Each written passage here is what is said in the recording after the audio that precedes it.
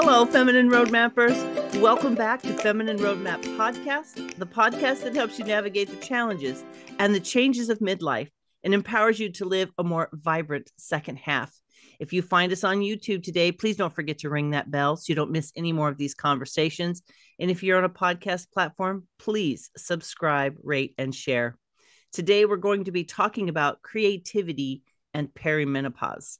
My guest today believes that perimenopause is not just about hormones, that there's so much more to this season.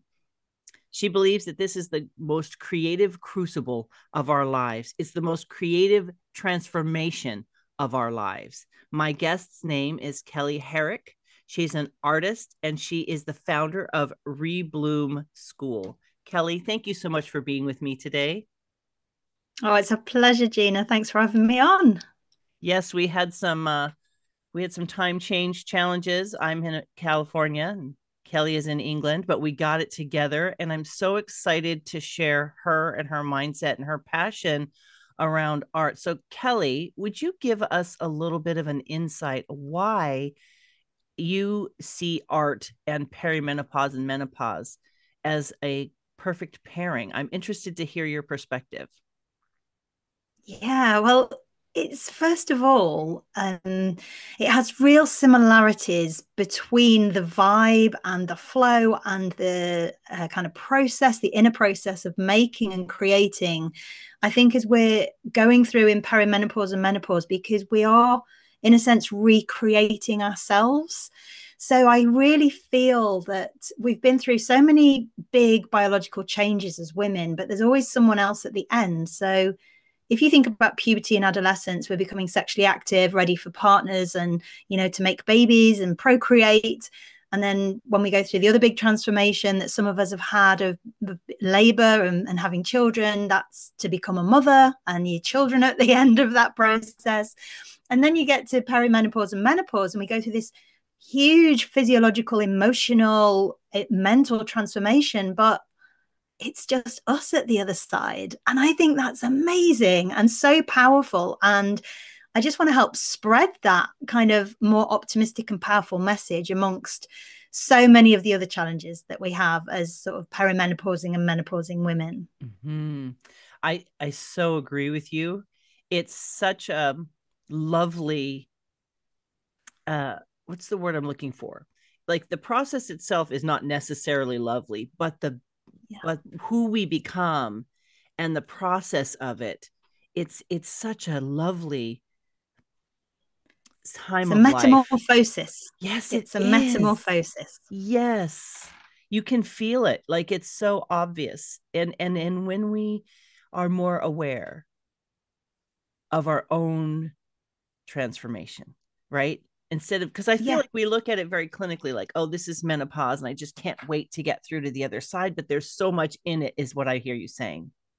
Oh gosh, yeah. And I mean, so many amazing people out there, and the whole world has kind of opened up to menopause, I've seen anyway over this last sort of year or so. And there's so much more conversation around it. And it's brilliant because women are kind of getting that share of voice that we need, and older women as well. You kind of feel as though you slide off into invisibility. And actually now it's getting a lot of share of voice. But despite brilliant people talking about either HRT or exercise or nutrition or lifestyle, we're kind of forgetting, like you've just said, that as well as the challenges, and I know they can be awful things that we go through, but as well as that, and despite that, and because of those challenges, we're also creating some of the most amazing things in our lives, whether that's actual creation like art, or whether it's this transformation of ourselves and our vision for our life.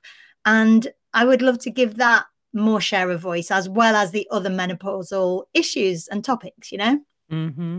I agree. And of course, with my podcast, I've had the blessing of speaking to different people about this topic of perimenopause, menopause, the transition, the gifts that are involved in it.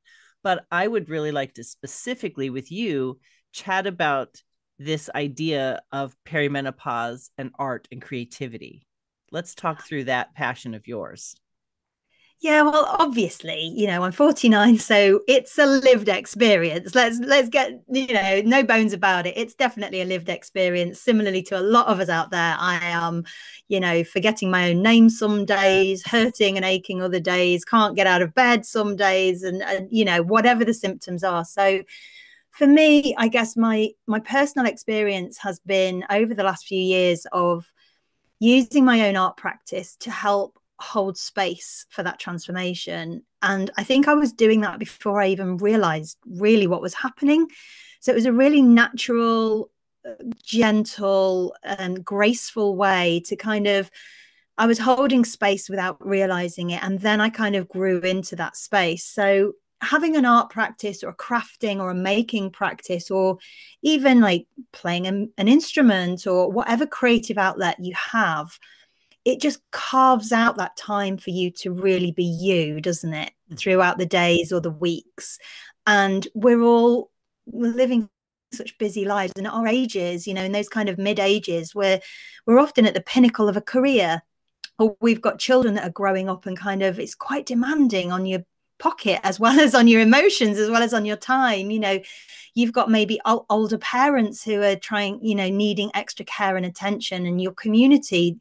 So many of us have stepped into kind of leading in whatever way that looks like, that we forget that we need that soft quietness and that time to explore, to play, to kind of unfurl a little bit, just to kind of breathe and let ourselves be. And that's where it started for me with the art and the perimenopause world, I guess.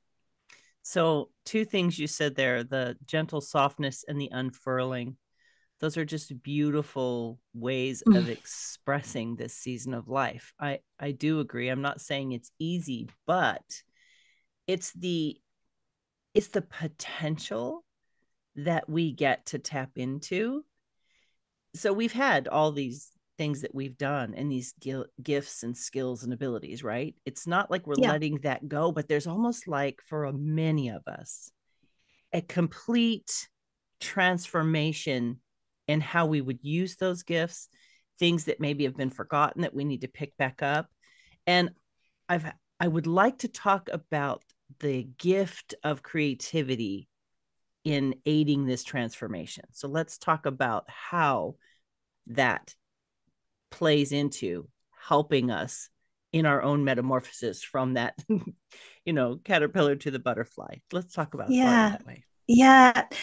Creativity is such a powerful thing at any time of life. And I hear so many people say to me when I'm teaching, oh, I'm not creative at all. And actually, it's a fact. As a species, we are the most creative species on the planet. That's just a fact. That's how we've got to where we are, good or bad. That's how we've got to where we are. So I really believe, and I know you believe this as well, that we are created to create. And, that is a natural thing. But in this kind of fiery crucible time, it's physically fiery as well. There is a gentleness and a softness, but there's also the other side of that is this creativity born of the spark and born of this kind of inner fire, where we are symbolically, I think, letting go of the things that no longer serve us. Our tolerance level for BS and stuff that we don't want around us kind of drops, and we become more powerful as women, I think. And we literally don't have the tolerance there and the capacity or the bandwidth, because we are hurting or we are tired or we are forgetful or whatever the symptoms are. It reduces our capacity. So I think creativity steps in as this way of kind of resparking that inner self in us. And once we start to feel that fire of creativity start to really burn and excite us, I have so many friends who have ditched a corporate job and started a side hustle or their own business, or people that have come back to a craft or a way of making after years of letting it go. And it's because there's this essential sort of creative fire that's happening in us. And for me, that kind of idea of creative self-expression really comes to the front and becomes super, super powerful when you have something bold to say. And my goodness, don't we all have something bold to say at this time of our lives, So what better time than to kind of step into that creative self-expression than now? Oh, I mean, You're singing my song. This is my theme song, right? It's so incredible. So as you're talking and you're describing this season of life and how we do become more powerful, those archetypes of the maiden, and and you become the crone, right? And I had a Yes. conversation with someone about what's between like the mom and the crone, the matron and the crone, like what is that? And we were discussing this, like jump to crone feels very, like you said, almost like you're disappearing. But I was just pondering how all of what you just said, all of that we bring to the table, all of that wisdom, all of that fire is actually, instead of becoming invisible, it's almost elevating us to that place where we can be the wisdom and we can be the light for women coming along behind us that aren't there yet.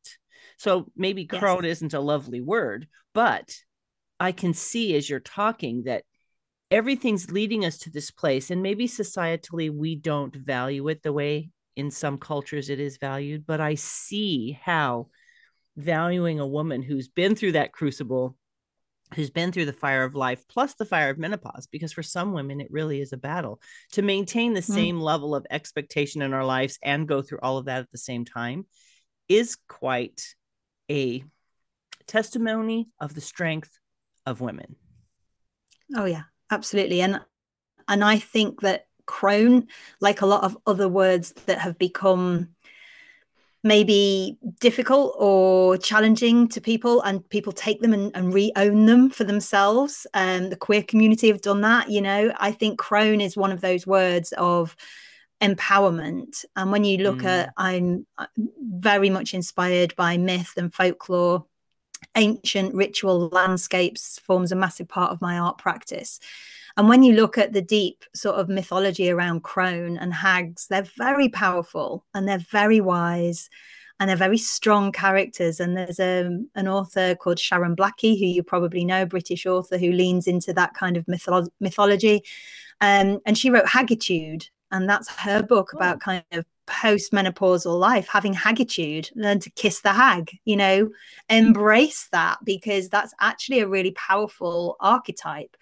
And I think there's an archetype that kind of runs through us all as women that doesn't relate to age, because archetypes are not always age related. And I think I keep talking about the creatrix, and the creatrix archetype has a power, has a magic, has a spirituality, has an ability to bring things forward or create things in the world that I think is relevant at any time of life. Mm-hmm. But now I think the creatrix is kind of like on steroids. It's really going for it during menopause. The creatrix is the one for me.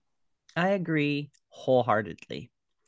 I can feel that tempo in my own body. I've always been creative and I always have created, but there's almost like a hyperdrive Yes. for creativity. I think there's a need, isn't there? Mm-hmm.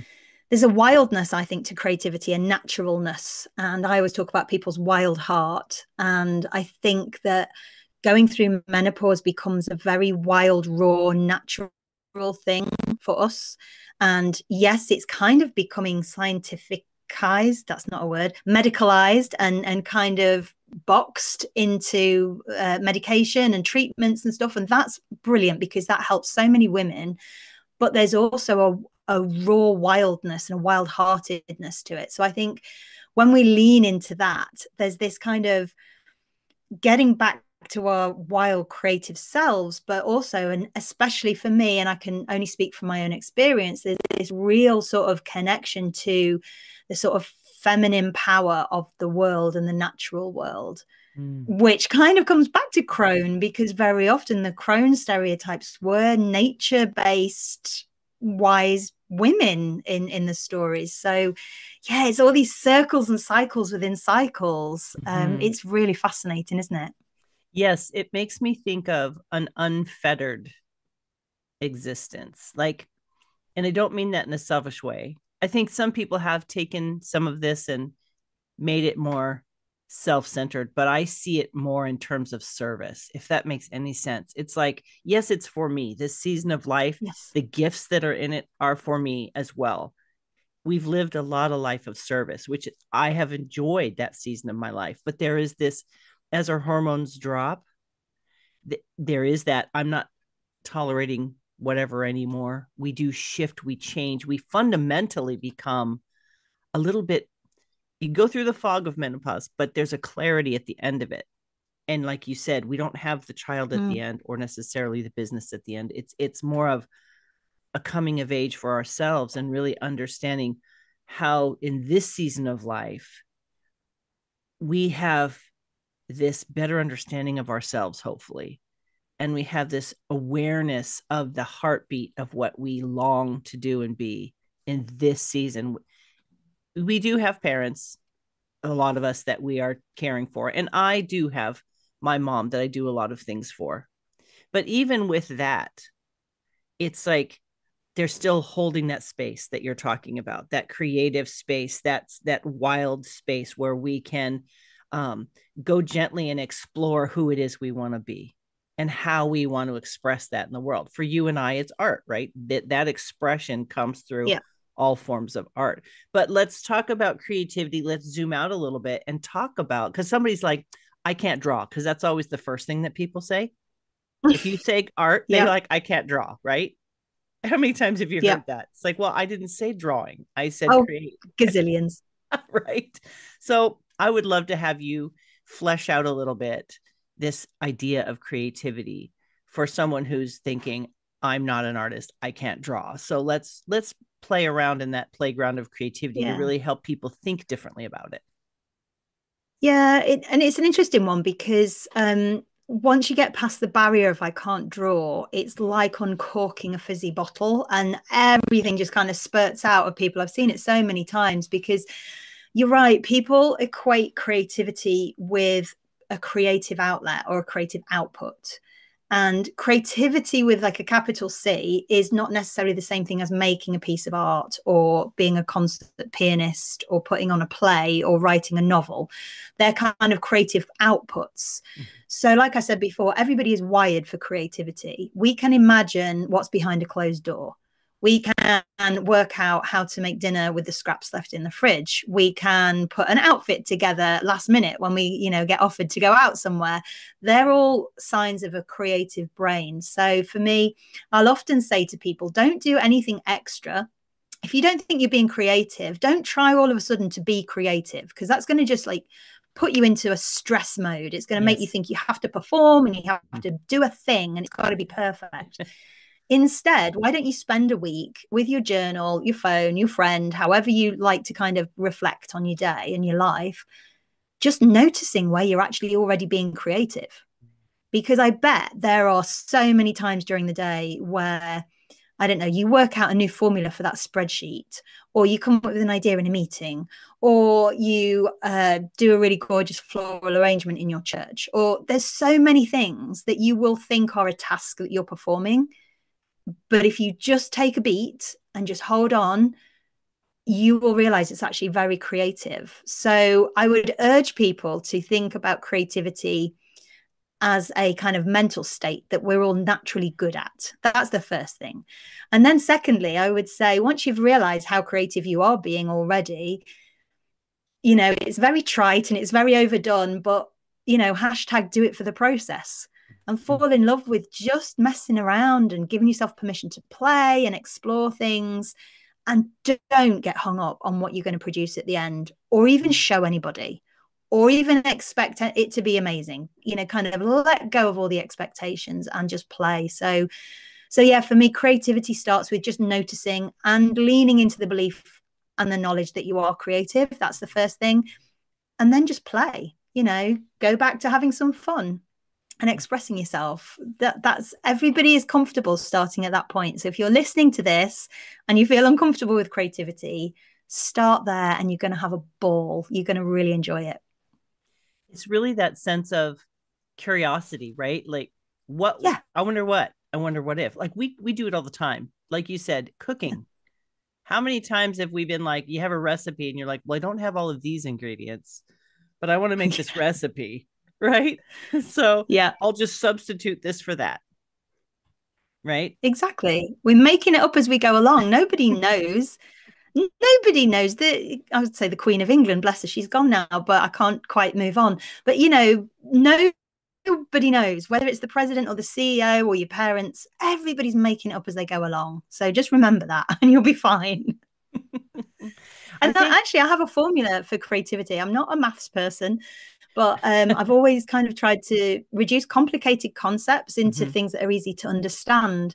And I've got a formula which is creativity equals curiosity plus action times repetition, which Mm, is very much what you just said. So creativity is, what if this? And then you act on that and try it out. And then you think, do I like it? Do I not? What's the next step? And then you repeat that. So, what if I changed it to this? And then you take action and then you repeat it. And literally, that's all creativity is. It's wondering what if, seeing if it works, and then carrying on or changing it and going again. That's, that's the process of painting, right? From beginning to end, or writing a novel or any of those things. mhm. And I think that uh, we get so much out of the creative process. It like untangles sometimes, you know? It, Yes. for example, I love to do jigsaw puzzles. I have one here to my right, which is why I'm pointing that direction. And as I do jigsaw puzzles, I'm thinking about the color, I'm thinking about the shape. And what ends up happening is things fall away from my mind and I can focus on this other thing. And then sometimes my brain is puzzling over something while I'm doing a puzzle. And that creative process of doing a puzzle does wonderful things for my mental health sometimes. Like it's a place to Yeah. go to that really has no value in the world, right? You put it together, you take it apart. A puzzle is pretty much just for me, yeah, right? But I think Yeah. even that can be something creative because your brain is thinking about solutions. So maybe we could think of creativity also in terms of solutions, right? Like when we're trying to Oh, find the oh, answer to always. something, isn't that creativity? Yes, problem solving, looking for alternatives, getting over challenges, bouncing back, resilience. Mm-hmm. All of those things are creative thinking. And there's a lot of studies out there actually that, purport that boredom is good for creativity. And boredom, I'm not saying jigsaw puzzles are boring, but I'll do a puzzle in a magazine, or knitting, things that you don't need to kind of really focus on. And for some people that could be mindful painting and drawing, where Mm-hmm. you're not trying to create a specific thing. It lets your brain rest. If you've given it a Mm-hmm. problem, and you're desperately thinking of how do I resolve this thing, how do I resolve this thing, that's why a lot of people have great ideas in the shower or when they've gone for a walk, because like you just said, you gift that problem to your subconscious brain, and then you relax and then you play with your conscious brain, and all the time your subconscious is working on that stuff creatively and you just don't know it, and then eureka, boom, you get the idea or you get the fix or the solve or whatever it is. So there's a definite part for kind of hands-on making and hands-on activity as part of that process as well. Whether you want to create a masterpiece or you just want to use it as a mindfulness practice in order to help you with your creativity in your daily life, getting hands-on, doodling. How many of us doodle when we're on Zoom calls and other things? You're always kind of doodling or making, and it's just a way to ease your subconscious mind, I think. So there's so many ways you can use creativity as a tool like that, whether it's like I said, whether it's to create an amazing thing you're going to put in your home and be proud of, or whether it's just something that gets you through your day or transitions you maybe into the weekend, or gets you over that horrible big meeting that you just had, and you can kind of let your hair down when you get home. All of these things are really valid, I think. Mm. As you're talking, I'm hearing behind the scenes of what you're sharing is possibly people feeling the need to perform. Oh yes. Is that And be pressure? perfect. Yes. Yes. Yeah, perform. I will perform and show everybody I'm doing this thing, and I will also do it absolutely brilliantly. And there'll be no way that anybody can judge me. I mean, I can hear myself doing that. On Mm-hmm. Instagram, if we shared as much of the stuff that goes wrong, and I do sometimes, but our feeds would not look, and people would not think we were the people we are, because actually we're all in that performance mode. And what I love about art and making is that it doesn't really require anybody to see it. You can if you like, but you don't have to. And I teach quite a number of sketchbook courses in person and online. And what I love about a sketchbook is that you can close it. You could even buy one with a lock on it if you were that desperate to not show it to anyone, and a sketchbook is really personal, or a sketch journal, or a combination, or like a book where you write and collage, or whatever that Mm-hmm. looks like for you, is because you can close it. It is private. If you don't want to share that with anybody, you can make as many mistakes in there as you like. You can rip the page out, you can go again. And I think sketchbooks and journals really offer a place of sanctuary for people who are concerned about being perfect and concerned about performing, because it's a private thing. So definitely, if that's you, or if you're having that moment, I often have that moment and I'll go to my sketchbook and just play around. And then Mm-hmm. I'll go back to the canvas because I've kind of let it out and I've got all my agitation out. And now I can, hone in on what I actually want to paint. So, yeah, really useful. That is such a powerful thought for people to understand, that creativity is for us. Yes. It's not for consumption.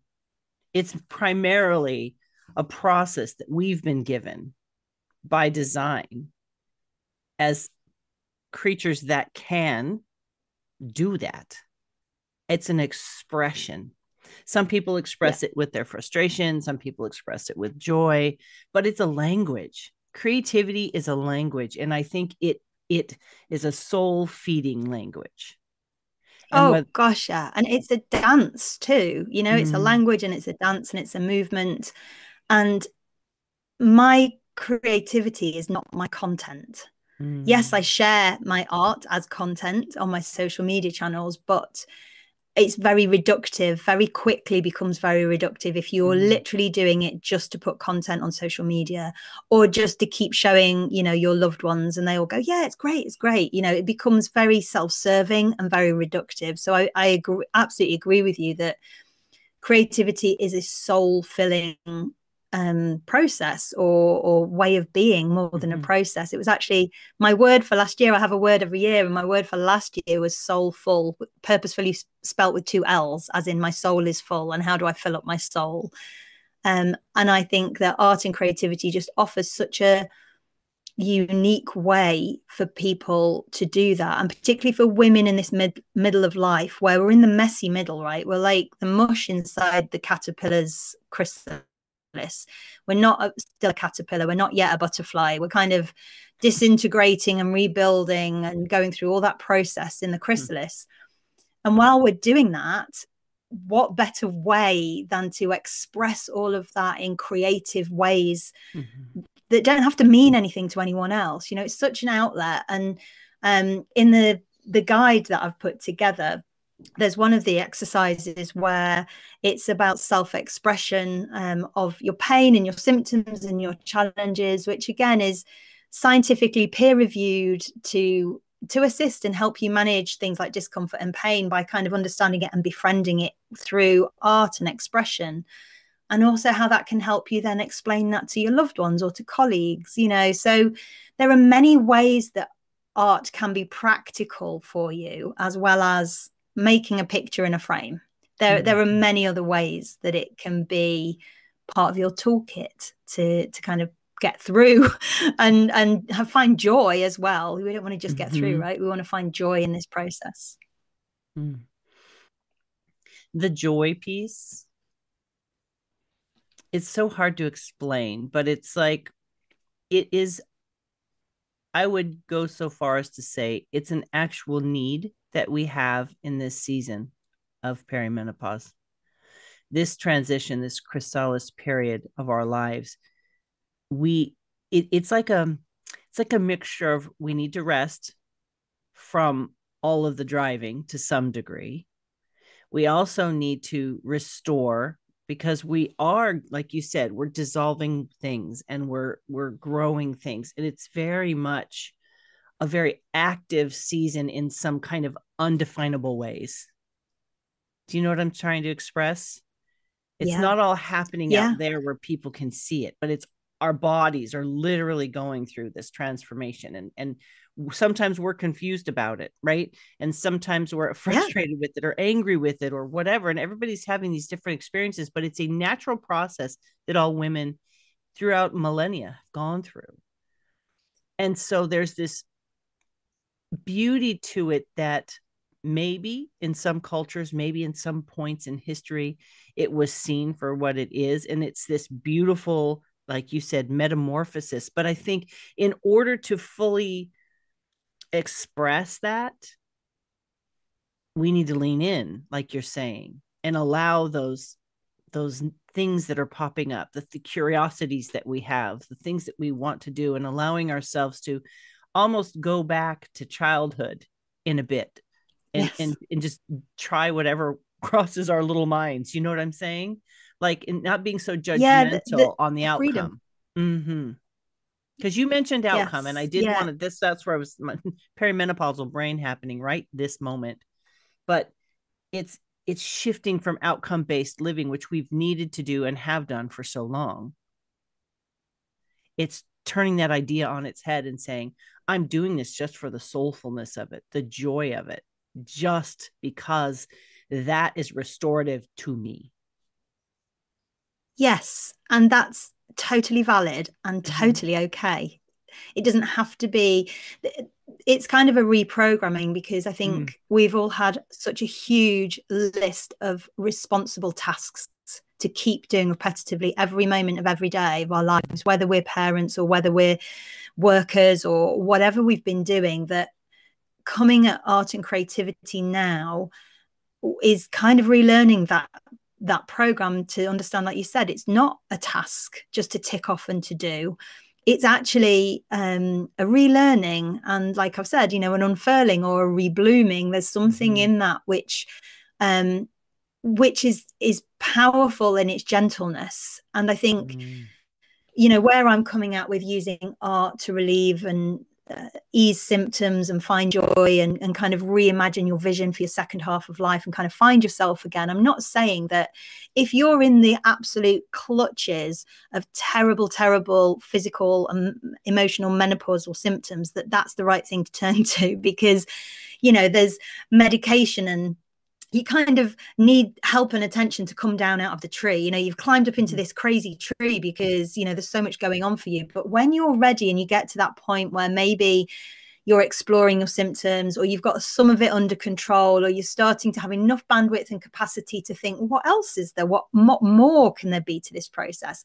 That's the golden moment, I think, where you can start to lean into your natural creativity and start to look to inspirations and to different ways of, creating as an outlet. So even if you're listening to this and you're kind of like, oh my God, I am so in like the craziness and the mayhem that I couldn't even consider picking up stitches or a sketchbook or a camera, don't panic, don't worry, because there will be that moment. And it's always there. It's always there for you to pick it up. So see it as like this beautiful creative hug waiting to happen. Whenever you're ready for it, it's going to be there ready for you. Mm-hmm. And I think you will be more ready as well. Do you know what I mean? Because this metamorphosis that we're talking about, it does seem to be driving women toward creativity. It's fascinating to me how that, like, okay, community always comes up, like how important it is to have your good community, and this rest, learning to rest during this season of life and allowing our bodies to do whatever they need to do, and leaning into that season and not seeing it as a weakness, but understanding this process is doing something in us and for us. And then that creativity piece,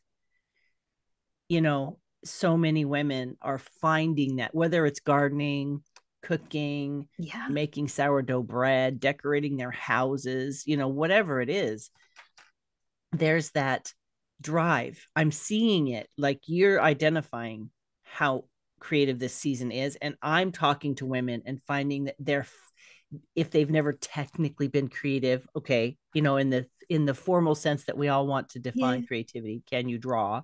Can you paint? But there's like a heartbeat of creativity that's rising in women that you're identifying. And I think it's really exciting. Oh my gosh, I just love that. That was so poetic, Gina. There's a heartbeat of creativity rising in women. I'm trying to remember that. I will use that as a quote. I love that. And yeah, and I also think off the back of the pandemic, I know it's been 4 years now. Gosh, that's gone so quickly. But I think The off the back invisible of the years. isolation, yeah, the back of the isolation, the challenges, the health issues, the kind of panic and the time to do nothing. I think that's also, helped just raise creativity and enjoyment of creative hobbies massively. I think, I don't know the numbers, but it was absolutely crazy. Like Hobbycraft, the super chain of hobby stores, like reported some 400 or 600% increase over COVID. So you saw people kind of making that sourdough loaf as well as doing the little 5-minute workout online, but it was kind of like everybody was like, what can I do? Things to do.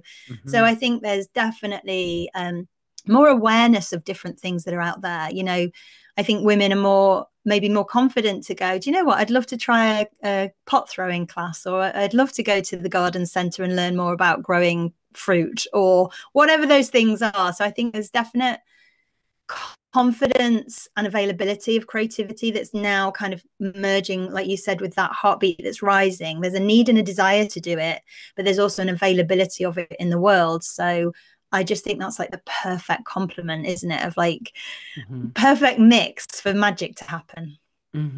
It really is. And I think tapping into the magic of it, not the expectation of it, is key as well. Yeah, and no matter what your beliefs are, whether you're religious or not religious, or whatever you think about the world, there is a definite sort of spirituality to making that I also see that as a big trend in my group and network of women of my age group. I'm seeing people be more creative. I'm seeing people want to be more free. I'm seeing people want to tap into mission, service, and authenticity. And then I'm also seeing this kind of spiritual reawakening in a lot of people. And those 3 or 4, I can't remember how many I've just said, but those 3 or 4 big themes like are really common amongst our age group. And I think it's because we know that there's going to be room for us. I can't think of a better way to describe it, but kind of like I said earlier in the conversation, after this metamorphosis, there isn't like a baby or a husband at the end of it necessarily. I mean, hopefully there are still, even my 18-year-old is still my baby. But what I mean is that we'll come out of it kind of for ourselves and independent for ourselves. So I think, there's a definite trend towards that more spiritually rewarding side of creating and making, whether that's on purpose for a specific belief set or just that flow state that we find ourselves in, that wellness, that coming back to the now. I think that's a really powerful tool as well of creativity and making. And that's my word for this year, by the way, now. So yes. What is it? I'm leaning into now as much as possible. Now. Yeah. I love these conversations, and I hope that listeners are really contemplating, looking for those silver linings in this season of life. Like, in what ways are we shedding? Because I think we definitely are. To your analogy of the chrysalis, there are some things melting away. I feel like it's a real season of sifting, It's like our bodies are being sifted, our emotions are being sifted, even our lives in some ways are being sifted. And I think there's kind of like a need for that pause. I think the perimenopause, menopause, I think that word pause is so key. It's like our butt when we went from puberty to menopause, puberty to having a cycle. Now we're going from cycle back to not having one. So our body's essentially been through this process. Now we're just doing it in reverse. And it is a pause to some degree. There's a certain capacity that we've always been able to manage that feels like it's harder to manage now. And instead of seeing it negatively, how can we look at it and say, okay, that's, you used the concept of holding space and making space in our life. I feel like the pause part of perimenopause and menopause is that space. And we've been going at such a pace, it's hard to slow down. Yes. But to be creative, right? That slowing that's down that is relearning. Yeah. And I find that incredibly difficult to slow down. And even today, I went to a gallery about an hour away to drop off a painting for an exhibition. And then I came back and I knew I was speaking to you in a few hours later. And I was kind of just walking around the house and like, what should I do? I don't know what to do. Oh my gosh, what am I doing? I might, I don't know. I don't know what to do. And then I said to my husband, I feel like I'm wasting this time in between. I'm just sat here doing nothing. And he went, but you are doing something, because you're recharging as you're doing what you consider to be nothing. You clearly need that, because otherwise you wouldn't be doing it. So you are doing something. Doing nothing can be doing something. Pausing can be active. For those of us who require this, I don't know, this way of looking at things as productive or efficient or whatever, there is a productivity in not producing, which I know sounds absolutely crazy, but you can't drive your car without servicing it, or without kind of letting the engine cool down and not overheat. So it's exactly the same thing, isn't it? It's kind of that restorative thing that you were talking about. So yeah, the pause is important. And we can pause, and art and creativity can be restful. They can be gentle. You don't have to be flinging paint on a massive canvas. You can take a little sketchbook and a pencil up to bed and doodle things and write things. It can be very gentle. So I think the pause can be a variety of pauses too. It's a reframe, isn't it? It really is a reframe of the life that we've lived. And what does this season require of me? And what does it not require of me? And I think the creativity that you're talking about, Kelly, is a vehicle to help us work through all of that. Yeah. Yeah. Who am I really? And without trying to explain that to somebody, if you don't know yourself, by going through a creative making process, you're exploring, who am I really? From the colors you might choose, to the subject material, to what you might say, to how you might make a mark. All of these things are who you are really. And that's what we're exploring. And I think knowing that and physically experiencing it by creating things makes you more knowledgeable and experienced of yourself. It's kind of, when you say something is very different to kind of knowing it in your bones. I don't know if that's an American thing, but it's a very Northern English thing, like knowing it in your bones. And I think by the act of creating, it helps you know in your bones, in yourself, who you are. And that, I think, is something not to be sniffed at in this stage. Yes, we're still going to be confused. No, art probably won't give you all the answers, but goodness, what a powerful tool it is to help navigate. It's definitely something worth playing with and seeing where it takes you. I have so many thoughts in my head right now. The productivity and the pause, that's a powerful thought. The soulfulness of creativity, the beauty of the transformation we're going through, and reflecting on what needs to be left behind. It has served its purpose and it's a beautiful thing, but we don't have to carry everything forward. And I think if I could just express my own joy of creating, it's a bit like finding joy in the way a paint moves or a color makes me feel, right? And so briefly, I want to touch on, the people on video will be able to see your style of landscape art behind you. And one of the things Yeah. that attracted me to your art originally was that wildness that you have in your style. It's the best way I know how to express it for myself, right? It's Yeah. Yeah. there's an abandon to your artistic style. And we talked briefly before we started the actual podcast that people are drawn to you because they want to paint like you, right? They want to have that same wild abandon and they want to be able to abstract a landscape or loosen it up or whatever. And that's a Yeah. wonderful thing to explore and to be creative about.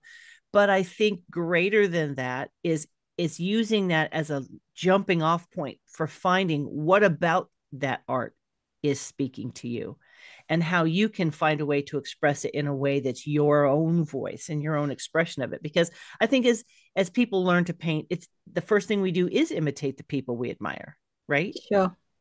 But the goal in this creativity that you and I are talking about is to get to a place where it becomes an expression of who you are and where you're at, and it will evolve, right, as you Yes, utilize it. absolutely. It doesn't stay the Yeah, and status. no, it won't ever stay the same. Even, the really famous masters, they have different periods and different styles of work across their careers, their painting careers. And for me, I guess the wildness of my work is anchored in the places that I choose to paint. So as I've said to you, I'm always in like the Celtic West of the UK. So that's, for the overseas listeners, that'd be like Wales, Cornwall, Scotland, Ireland, all of those regions to the west. And I am kind of drawn by wild, empty spaces and kind of dramatic scenes. And I think it goes back to my heritage, growing up on the traveling fair and always wondering what's over the next hill. I walk a lot, I hike a lot, I camp, I go out and about and I experience all the weathers. I very rarely paint places that I haven't stood in and felt. So I'm always very rooted and grounded in that sense of place. But it's not because I'm just mentally choosing that for myself.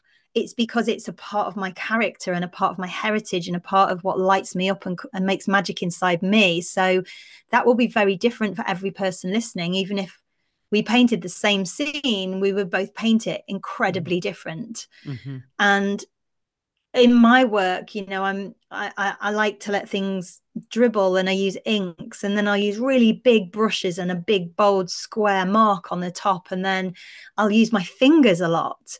And I'm always painting pathways and song lines, if you like. I don't know if you're aware of song lines, but kind of ancient roots. And I find that even if there's no path or anything in my painting, I'll draw dribbly lines that feel like paths and sort of ways into the painting. So there's always something in the creativity that you express that is intrinsically you and cannot be copied, even if it was almost an exact replica.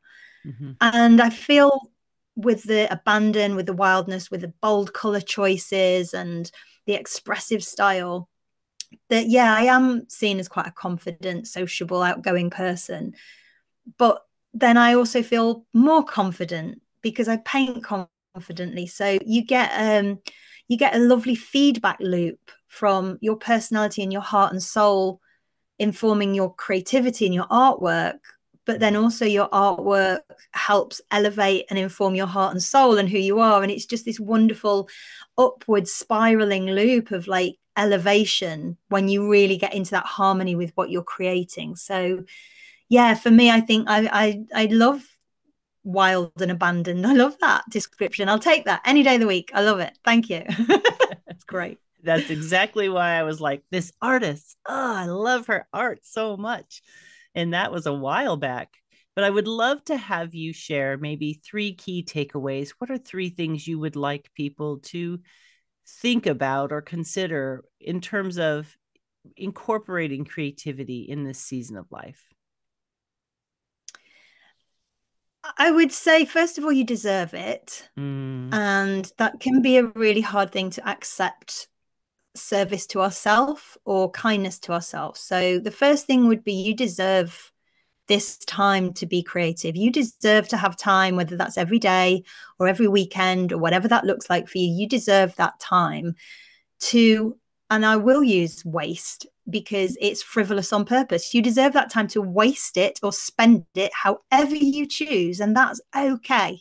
So first of all, accept the gift, because we all find it really easy to gift to other people and not for ourselves. So that would be my first thing, is kind of, yeah, you deserve the time. The second is allow yourself to play. And just because we're over 40, over 50, over 60, who cares? We're still those little girls inside. And you talked about it earlier. We've got kind of this reverting to the freedom of childhood. And it's like, be curious, splash around, use your fingers, choose a color just because you love it. Who cares if it's not on trend? Give yourself that permission to play and be little Gina, be little Kelly. Just go for it. That would be my second point. And then my third point is very much what we've already talked about, but I think it's so important to bring it back, is do it for yourself. And if something beautiful comes of it that you're so proud of that you want to put in a gallery, amazing. If something comes of it that's so ugly but you love the process, amazing. If something comes of it that's kind of okay and you're going to learn and do it again, amazing. Like, it really doesn't matter. Just do it for yourself. So yeah, feel as though you deserve the time. Play and go back to childhood expression and let your inner child out, and then do it for yourself rather than doing it for that final perfect moment. Those would be my three key things.